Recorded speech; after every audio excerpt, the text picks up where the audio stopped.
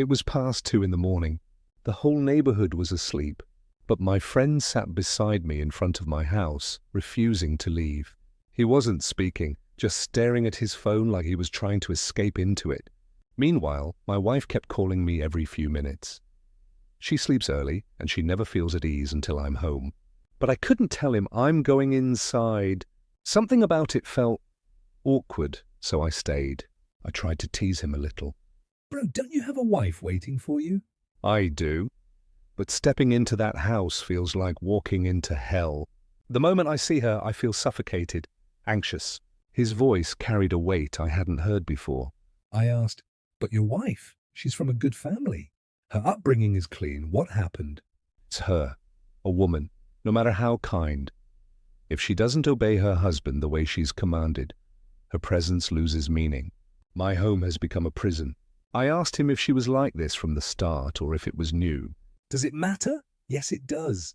If she was like this from the beginning and you still continued until you had 2 children, then you chose this. But if she changed, then something caused that change. He took a long breath.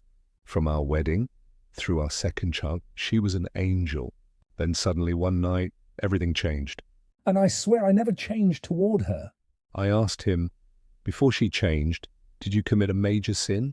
He laughed. What does sin have to do with a wife's behavior? Some of the Salaf used to say, I disobey Allah, and I see its effect in my riding animal and my wife. He shook his head. No, alhamdulillah. I barely have time for life. I asked about family ties, spending, respect, gentleness, time, and then it showed. Lately, I've been neglecting spending time with her. There it was, that's the missing quarter.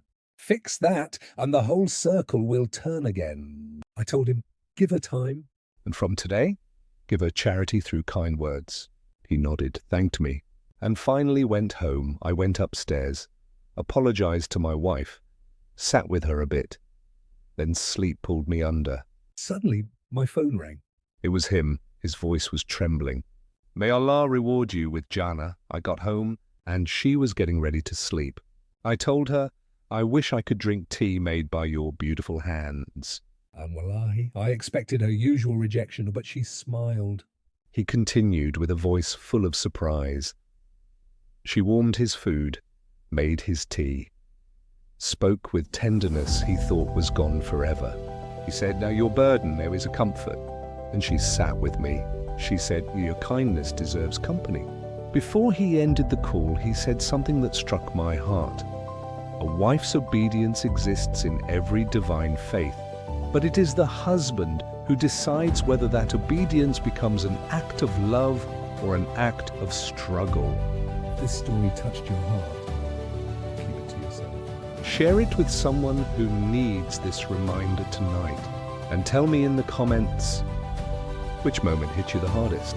If you believe kindness can save a home, tap the heart and spread this message. For more cinematic Islamic stories, life lessons, and moments that soften the soul, follow the page. Your support creates more stories like this. Save this video, because one day you might need this reminder yourself.